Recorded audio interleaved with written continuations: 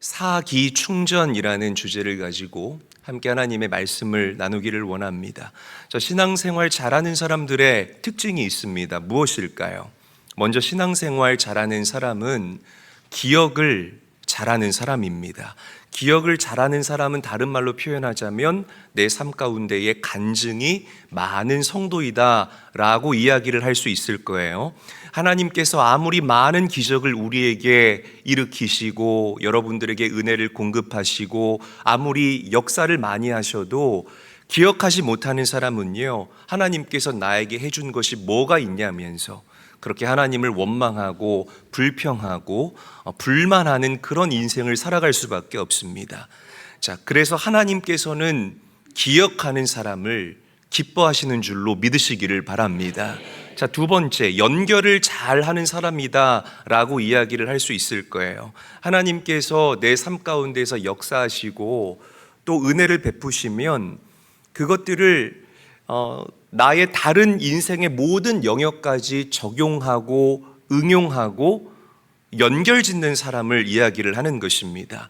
그러니까 예를 들어서 하나님께서 내 자녀의 문제를 해결해 주셨으면, 예를 들어서 자녀의 문제 가운데 하나님의 응답이 일어나게 되면 그냥 응답이 일어났다는 그 사건을 단편적으로만 바라보는 것이 아니라 이렇게 연결짓는 거죠.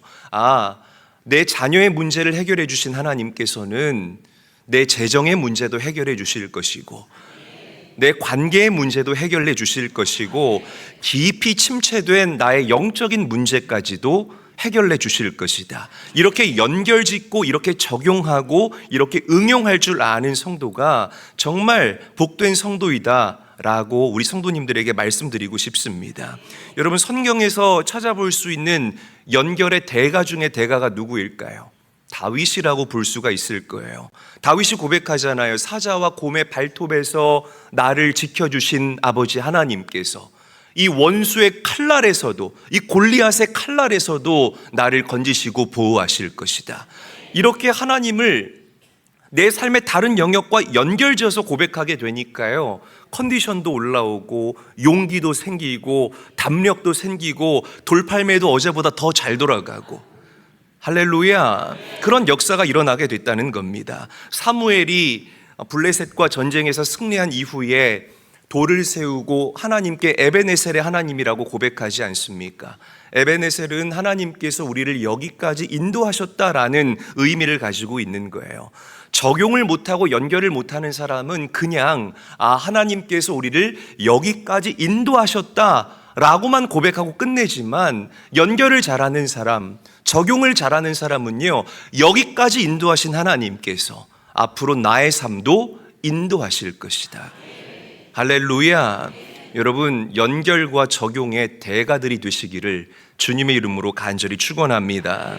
그래서 연결을 잘하는 사람들은 이 성경에 기록되어져 있는 모든 이적과 기적을 부러워하지만 않습니다. 모든 사건을 나의 삶과 연결지어서 생각한다는 거죠. 홍해를 갈라주신 하나님께서 내 인생 앞에 도사리고 있는 홍해를 갈라주실 것이다. 여리고가 무너졌다면 그 이스라엘 공동체가 행진하는데 가장 걸림돌이 되었던 여리고가 무너졌다면 내 인생의 여리고도 하나님께서는 무너뜨리실 것이다. 할렐루야. 이런 적용이 우리에게 있어야 된다는 거죠. 적용을 못하면 그냥 부러워만 하다가 끝나는 거예요. 어떤 사람이 간증을 해요. 하나님께서 나에게 이런 은혜를 부어주셨습니다. 그러면 연결을 못하는 사람들은, 너무나 2차원적이고 너무나 단편적인 사람들은 하나님께서 이재일 목사만 예뻐한다고, 박정훈 권사만 예뻐하고 허순영 권사만 예뻐한다고 그렇게 하나님께 삐친다는 거죠. 어떤 사람 가운데 놀라운 치유가 일어났는데 연결을 못하는 사람은 하나님께서 저 사람만 치유해 주셨다. 나는 이렇게 질병 때문에 골골거리고 있는데 왜 내 삶은 이렇게 불쌍해야 될까? 이렇게 깊은 절망과 좌절 가운데 빠질 수밖에 없다는 겁니다. 그러나 연결을 잘하는 사람은 아무개 성도님의 질병을 고쳐주신 하나님께서 나의 질병도 고쳐주시겠구나, 나의 삶의 문도 활짝 열어주시겠구나 라고 믿음으로 고백할 수 있게 된다는 것입니다. 여러분들에게 이런 바라봄과 이런 열린 은혜가 항상 넘치도록 부어지게 되시기를 주님의 이름으로 간절히 축원합니다. 자, 그래서 오늘 우리는 이 네 가지 기에 대해서, 이 사기라고 제가 이름을 지어봤는데요, 우리의 믿음을 더욱더 복되게 하는 이 사기에 대해서 함께 한번 알아보고 또 우리의 삶 가운데 적용해 보기를 원합니다. 그 사기는 기적, 기념, 기억, 기대입니다. 자, 저를 따라하죠. 기적, 기념, 기억, 기대. 다시 한번 여러분들 혼자 한번 해볼게요. 제가 계속 반복시키는 이유가 있어요. 기적, 기념, 기억, 기대. 자, 여러분들만 시작. 굉장히 잘하시네요. 제 마음에 쏙 듭니다. 자, 이 네 가지의 길을 연결지어서 이 사기가 넘치는 믿음이라고 우리가 이야기를 할 수가 있겠죠. 자, 오늘 이 본문을 간단하게 설명을 드리면, 이제 이스라엘 공동체가 요단강을 건너지 않았습니까? 이 여호수아가 이스라엘 공동체 각 지파에서 한 명씩을 뽑아요. 대표가 되는 사람들을. 그래서 우리로 하여금 이 요단강을 건너게 하신 그 하나님의 은혜와 그 하나님의 행하신 놀라운 일을 기억하고 기념하게 하기 위해서 그 요단강에서 돌을 가져다가 길갈이라는 지역에 그 12돌을 세웁니다. 그리고 하나님을 기억하게 하고 하나님을 찬양하게 한다는 거죠. 뿐만 아니라 여러분, 제가 지난주에 한번 이 말씀을, 수요일 날 말씀을 드렸네요.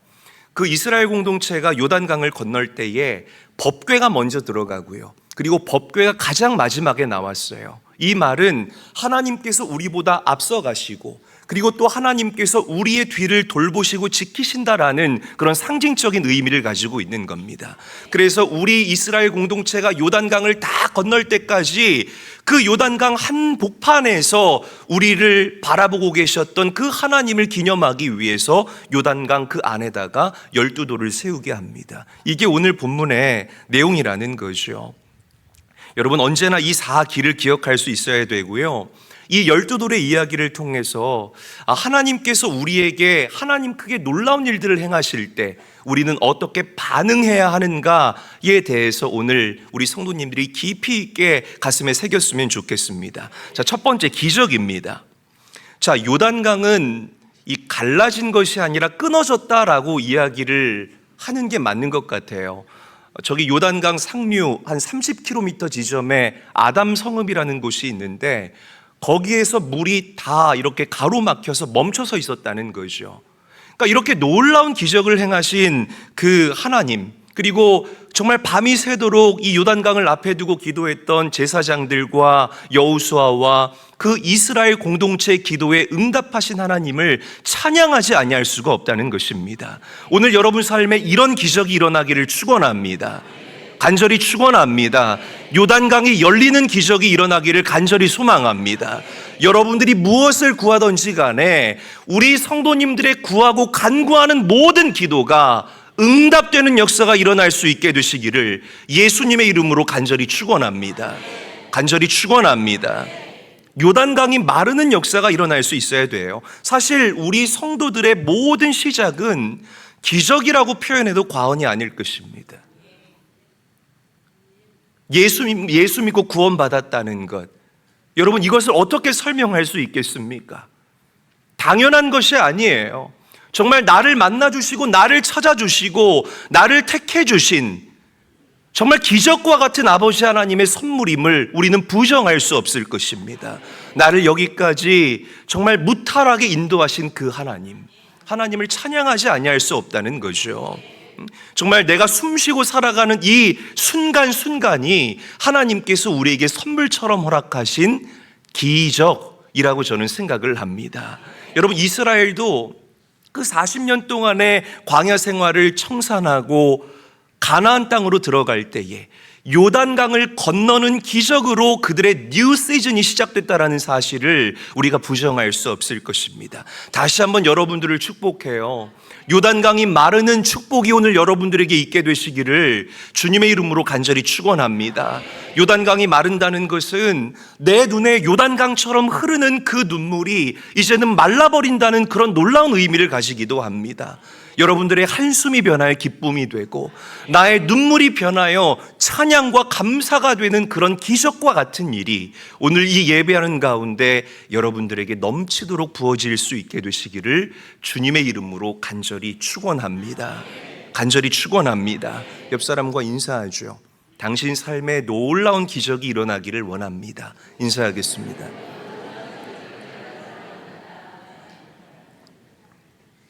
여러분, 기적도 굉장히 중요한데 기적보다 중요한 것이 무엇이냐면 바로 기념이에요. 한번 저를 따라하겠습니다. 기념. 자, 기적은 기념할 때 완성됩니다. 다시 한번 저를 따라하죠. 기적은 기념할 때 완성된다. 다시 한번 의미를 잘 생각하면서 저를 다시 한번 따라하겠습니다. 기적은 기념할 때 완성된다. 저도 목회하면서 굉장히 다양한 유형의 성도들을 보는데 막 정말 급할 때는 내 삶에 막 정말 시급한 이 문제가 있어서 이게 해결이 돼야 되는 거예요. 그럼 이런 분들 보통 기도할 때 막 약속을 공수표를 얼마나 던지는지 몰라요. 하나님, 이거 해주시면 제가 이렇게 하겠습니다. 이거 응답해 주시면 제가 어디에 교회를 세우겠고요. 하나님, 이 문제 해결해 주시면 제가 선교지에 학교를 세우겠습니다. 수많은 기념비를 세우겠다고 하나님과 약속을 합니다. 그런데 하나님께서 기도 응답을 해주시잖아요. 그 문제 가운데 돌파를 일으키시고 정말 요단강이 갈라지는 그런 놀라운 은혜를 허락하셨으면 갑자기 입을 싹 닫고 안면몰수하는 사람들이 얼마나 많은지 몰라요. 그러니까 본인들이 막 다급할 때 하나님과 했던 그런 약속들이 너무나 이 부담이 되어서 나에게 다가오는 거죠. 화장실 들어갈 때의 마음과 나올 때 마음이 다르다는 이 말이요, 정확하게 이런 모습을 보고 하는 이야기다라고 저는 말씀드리고 싶습니다. 표정 어두워지지 마세요.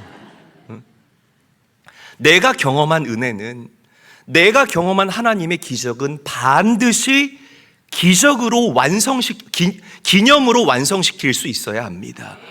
할렐루야. 기적을 기념으로 완성시켜라. 하나님께서 나에게 베풀어 주신 그 수없이 많은 기적들, 그 수없이 많은 은혜들은 반드시 우리가 기념비를 세워서 하나님께 감사할 수 있는 성도들이 되어야 할 줄로 믿으시기를 바랍니다.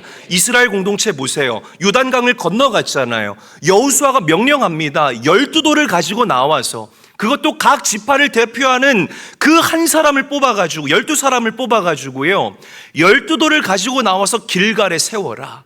그리고 이것을 볼 때마다 하나님께 예배하고 하나님께 감사하고, 만약 이 자녀들이, 당신들의 자녀들이 이것이 무엇이냐라고 묻거든 하나님께서 우리에게 행하신 그 놀라운 일에 대해서 자녀들에게 가르치라.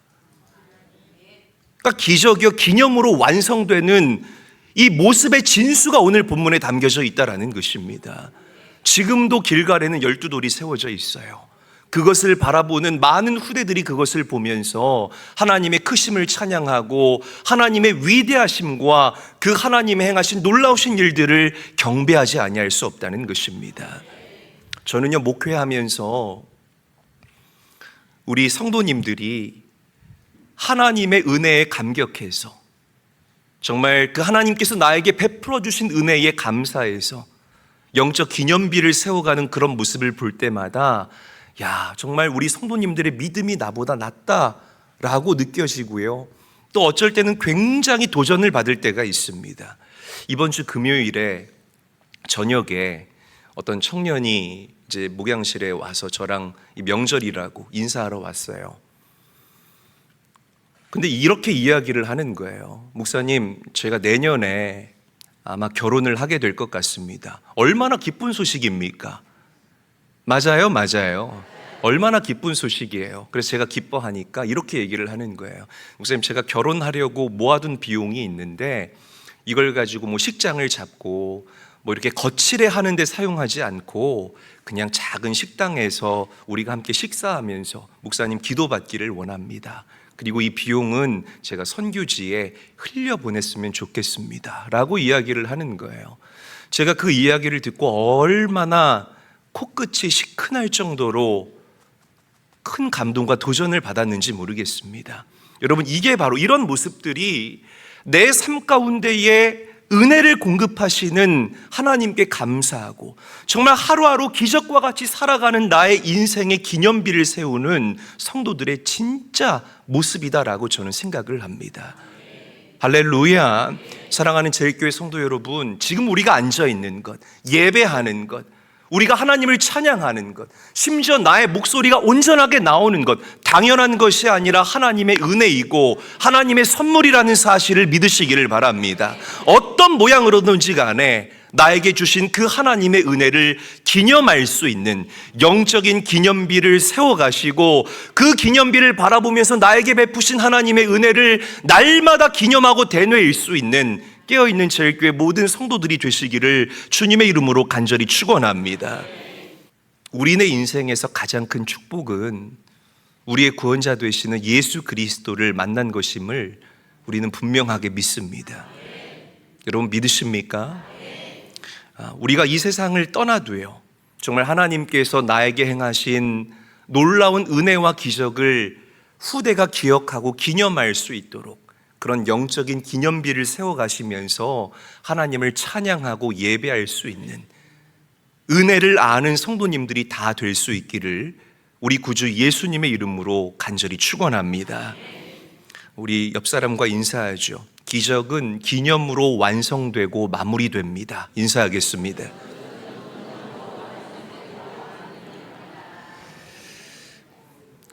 자, 세 번째 기억입니다. 우리가 기적과 기념에 대해서 했고 이제 기억이에요. 왜 우리가 영적인 기념비를 세울까? 기억하기 위해서 우리가 영적인 기념비를 세우는 거예요. 그냥 기념비가, 여러분 잘 들으세요. 기념비가 기념으로만 남으면 자칫 잘못하면 이 기념비가 우상이 될 수가 있습니다. 기념비라는 것은 사람의 어떤 업적과 공적을 드러내기 위한 것이 아니라 하나님께서 놀라운 일을 행하셨다라는 것을 기념하고 후대에 남기고 계승하기 위해서 우리가 세우는 것입니다. 믿으시면 아멘 합시다. 이 의미와 본질을 우리가 퇴색시키면 안 되고요, 이것을 잘못 이야기하는 성도가 우리 제일교회에 없었으면 좋겠습니다. 여러분, 기적과 기억을 연결하는 연결고리가 바로 기념비예요. 다시 강조합니다. 기적과 기억을 연결하는 연결고리가 바로 기념비라는 거예요. 그러니까 기념비를 바라볼 때마다 금방 하나님께서 우리에게 베푸셨던 은혜가 우리에게 기억날 수 있다는 겁니다. 제가 처음 오늘 말씀 도입하면서 신앙생활 잘하는 사람의 특징이 뭐라고 했죠? 기억을 잘하는 사람이라고 제가 말씀을 드리지 않았습니까? 그러니까 기억을 잘하는 사람들은 늘 감사와 기쁨이 넘쳐요. 믿으시기를 바랍니다. 여러분 기억 잘하시는 분들입니까? 힘없는 아멘 감사합니다. 여러분 기억 잘하시는 분들이십니까? 작은 것이라도 정말 내가 경험한 그 은혜를 잊지 말고 기억하고 가슴에 새길 수 있는 은혜를 아는 성도가 될 수 있기를 주님의 이름으로 간절히 축원합니다. 다윗은 기억할 줄 아는 사람이었어요. 이 다윗의 시편 중에서 명시편이 뭐죠? 시편 23편 아니겠습니까? 정말 나의 인생의 선한 목자가 되시는 그 하나님을 소리 높여 찬양하는 시편이 바로 시편 23편이라는 거죠. 그런데 이 시편 23편은 다윗이 목동일 때 쓴 시편이 아니에요. 그 인생 말년에 나의 삶을 인도하시고 내가 사망의 음침한 골짜기를 다닐지라도 나의 목자가 되어주신 그 하나님을 기억하고 기념하면서 적은 다윗의 회고의 시라고 여러분들에게 말씀드리고 싶습니다. 은혜를 기억할 줄 알았다는 거죠. 자, 우리 시편 23편은 아니지만 시편 103편 2절에서부터 5절 말씀 우리 화면을 보고 함께 한번 읽어보도록 하겠습니다. 한 목소리로 읽겠습니다. 시작. 내 영혼아 여호와를 송축하며 그의 모든 은택을 잊지 말지어다. 그가 내 모든 죄악을 사하시며 내 모든 병을 고치시며 내 생명을 파멸해서 속량하시고 인자와 긍휼로 관을 씌우시며 좋은 것으로 내 소원을 만족하게 하사 내 청춘을 독수리같이 새롭게 하시는도다. 아멘. 여러분 기억하는 사람은 은혜를 잊어버리지 않고 기억하는 사람은 원망하지 않고, 기억하는 사람은 포기하지 않고, 그래서 믿음 좋은 사람들은 나에게 베푸신 하나님의 은혜를 날마다 기억하며 계속해서 삶을 더해가고 더해가는 이런 영적인 선순환의 사이클 가운데에 나의 삶을 올려놓을 수 있다라는 진리를 믿고 감사할 수 있게 되시기를 바랍니다. 기억하는 성도들이 되시기를 예수님의 이름으로 간절히 축원합니다. 자, 마지막 기대입니다. 우리가 기억하는 이유는 기대하기 위해서 기억하는 거예요. 벌써 이제 감이 오시죠, 여러분? 하나님께서는 과거에만 역사하신 하나님이 아니에요. 앞으로도 우리의 삶을 변함없이 인도하실 신실하신 하나님이라는 사실을 믿으시기를 바랍니다. 그러니까 기억은 과거에 역사하시는 하나님을 만나는 시간이라면, 기대는 앞으로 역사하실 하나님과의 만나는 시간이에요. 다시 강조합니다. 기억은 과거에 역사하시는 하나님을 만나는 시간이라면, 기대는 앞으로 역사하실 하나님을 만나는 시간이 바로 기대라는 것입니다. 우리의 믿음 가운데 이 기억과 기대가 넘쳐날 수 있어야 된다는 거예요. 아멘.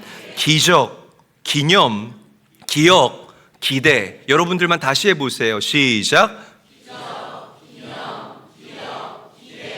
이 정도면 다 외우셨죠? 외우시면서 살아갈 수 있는 깨어있는 성도들이 다 되시기를 바랍니다. 기억을 기대로 변화시킬 수 있는 우리가 될 수 있어야 된다는 거예요.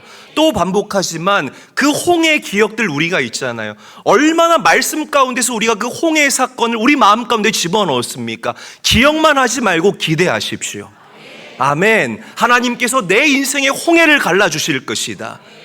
골리앗이 무너진 사건, 우리가 어린 시절부터 배웠던 사건 아니겠습니까? 기억만 하지 마시고 이제는 그 기억을 기대로 변화시킬 수 있는 제일교회 성도들이 되시기를 바랍니다.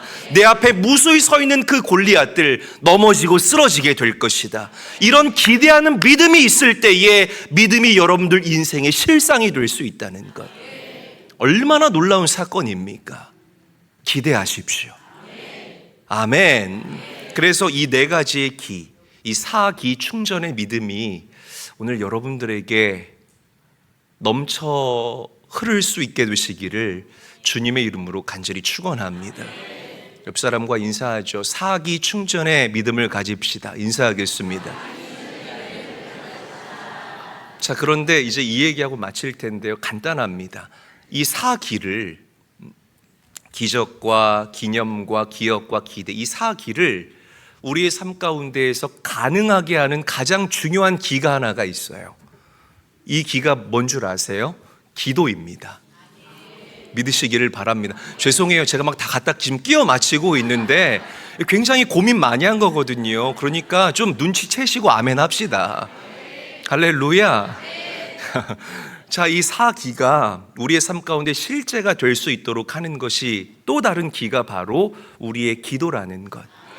여러분, 날마다 하나님께 포기하지 말고 간구할 수 있게 되기를 바라요. 요단강이 그냥 갈라진 게 아니에요. 정말 밤을 새도록 대제사장과 여호수아와 이스라엘 공동체가 정말 하나님께서 우리와 함께 하시고 은혜를 베푸시기를 기도했기 때문에 이 놀라운 기적과 기념과 기억과 기대의 역사가 줄줄이 사탕으로 일어나게 되는 놀라운 역사가 일어나게 됐다는 겁니다. 여러분, 이 진리를 기억하면서 기도하며 전심으로 하나님 앞에 나아갈 수 있는 제일교회 모든 성도님들이 되시기를 우리 구주 예수님의 이름으로 간절히 축원합니다.